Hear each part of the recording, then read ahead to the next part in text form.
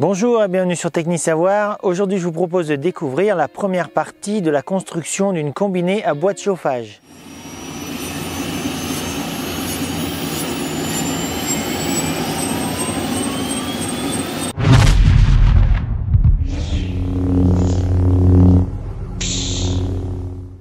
Ça fait près de 20 ans que je fais mon bois de chauffage et il y a quelques années, au Salon du Bois de Lyon, j'ai découvert l'existence des combinés à bois de chauffage. Ça faisait plusieurs années que j'avais déjà une scie à bûche car c'est plus rapide et plus confortable pour faire son bois de chauffage, ça tire moins sur le dos par rapport à une tronçonneuse. Néanmoins, par sa conception, à partir de 1,50 m, j'étais quand même obligé de supporter le bois et je pensais simplement rajouter une rallonge sur le côté afin de me soulager. Et finalement, je me suis lancé dans la construction d'une combinée. Je vous propose de découvrir la construction avec 3 vidéos relatant chacune 2 jours de construction. La première étape consiste à réunir tous les éléments que j'imagine utiliser pour cette réalisation. Certains, je les garde depuis plus de 10 ans, car ça peut servir. Puis je consacre la première heure à prendre des mesures, faire des simulations de fonctionnement. Étant donné que je crée cette machine à partir d'éléments de récupération, il me faut valider in situ les possibilités de construction.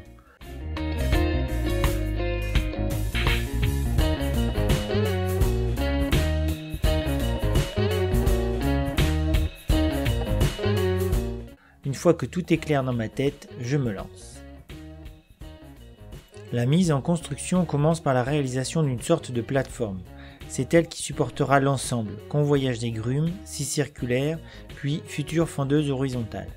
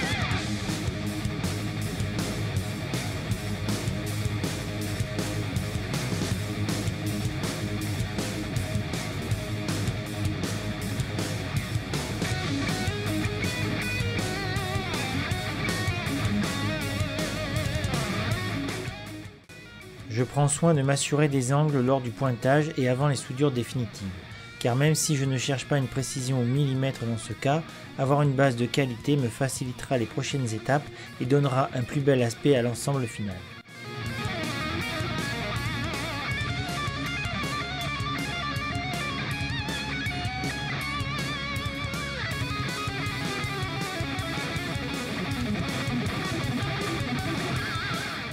Vient enfin le moment de positionner les 2 supports de la scie.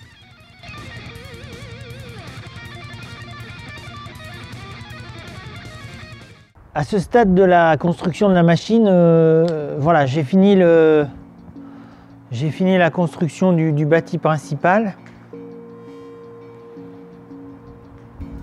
Et maintenant, je dois m'occuper de faire en sorte que la machine puisse aller là-dessus parfaitement. C'est-à-dire que les 2 pieds principaux, ici et ici, vont être coupés. Cette partie-là, je vais la mettre à l'arrière et elle va devenir l'axe de rotation du bâti de la partie coupante. Et la partie mobile actuellement va devenir la partie fixe sur laquelle viendront se mettre les bûches, les billets. Donc voilà, autre point important, voilà. Donc pour l'instant c'est cette partie qui vient sur la lame et qui en fin de coupe est verticale. Là je vais inverser le processus. C'est-à-dire que cette pièce va garder cet angle-là et au moment de la coupe, c'est la lame qui viendra et dont la partie ici se trouvera à la verticale pour la fin de la coupe. Voilà, donc c'est l'idée. Donc maintenant c'est un peu le grand moment parce que je vais couper les pieds de la machine. Donc a priori, bon, même si c'est du métal et qu'on peut ressouder, il n'y a pas de retour en arrière possible. Voilà, c'est parti.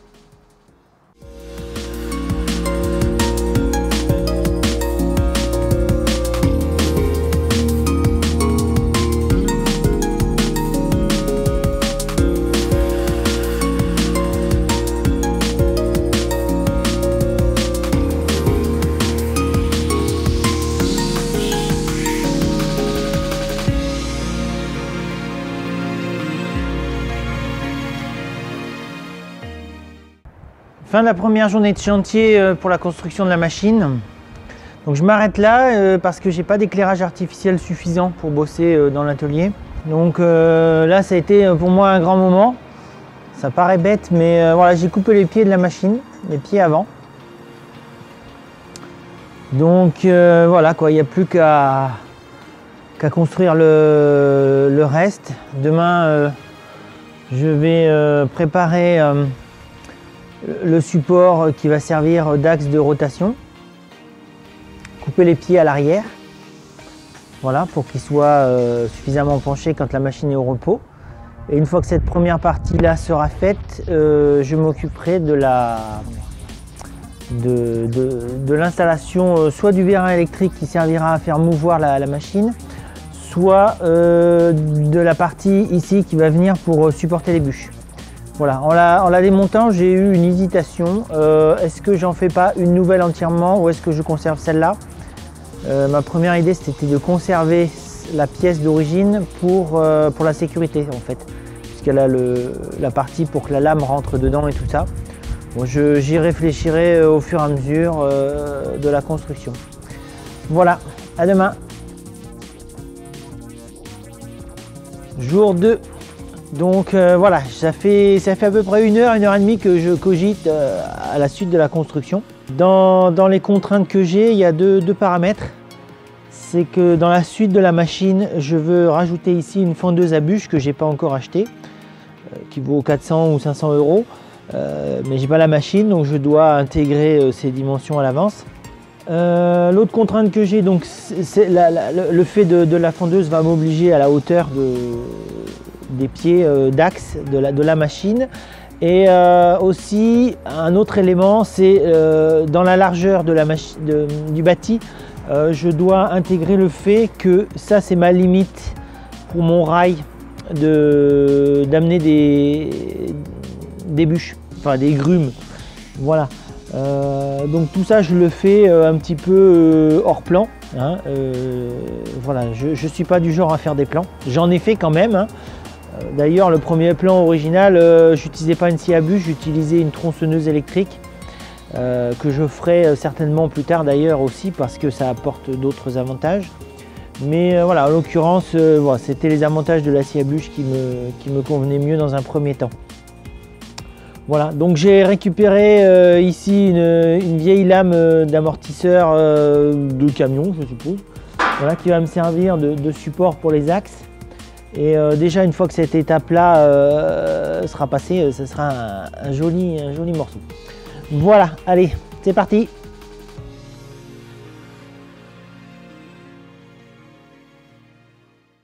Je réalise finalement les 2 pieds avec du tube rectangulaire. Le support prévu est finalement trop bas et pour les lames de ressort, ça ne s'est pas passé comme prévu.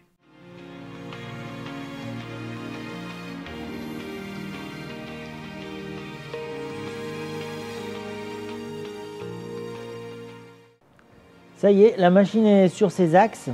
Comme vous pouvez le constater, c'est des tubes que j'ai mis.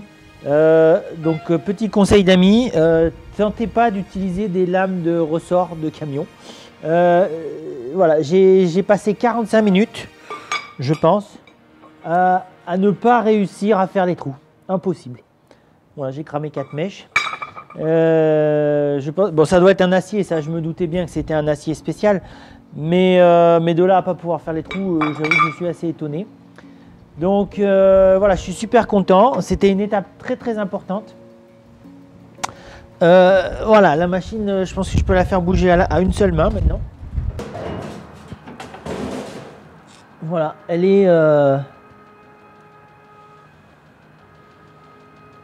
Voilà, maintenant, désormais, ce sera la machine qui bougera et non plus les bûches. Voilà. Donc l'étape suivante, ça va être d'installer le réceptacle des bûches. Et c'est lui qui va ensuite donner tout le reste au niveau dimension pour créer la zone de réception du bois et les hauteurs finales. Concernant l'axe de rotation de la scie, j'ai remis les supports du côté d'origine car cela me permettait de positionner plus facilement le support de coupe. Je finis cette journée en posant les bases du futur convoyeur d'amener les grumes.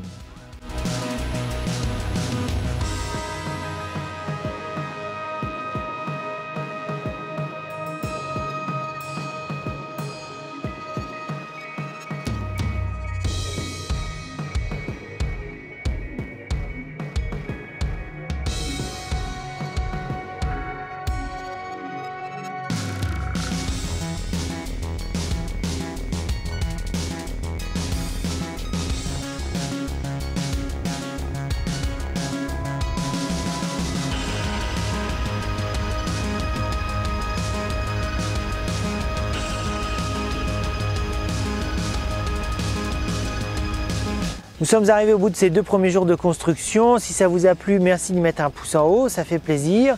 Si vous pensez que cette vidéo peut être utile à quelqu'un d'autre, vous pouvez la partager. D'ici peu, la suite de la construction. D'ici là, si vous avez des questions, vous pouvez les poser en commentaire sous la vidéo. Me retrouver sur le forum Technique d'ici ou découvrir la page Facebook. À bientôt. Program complete.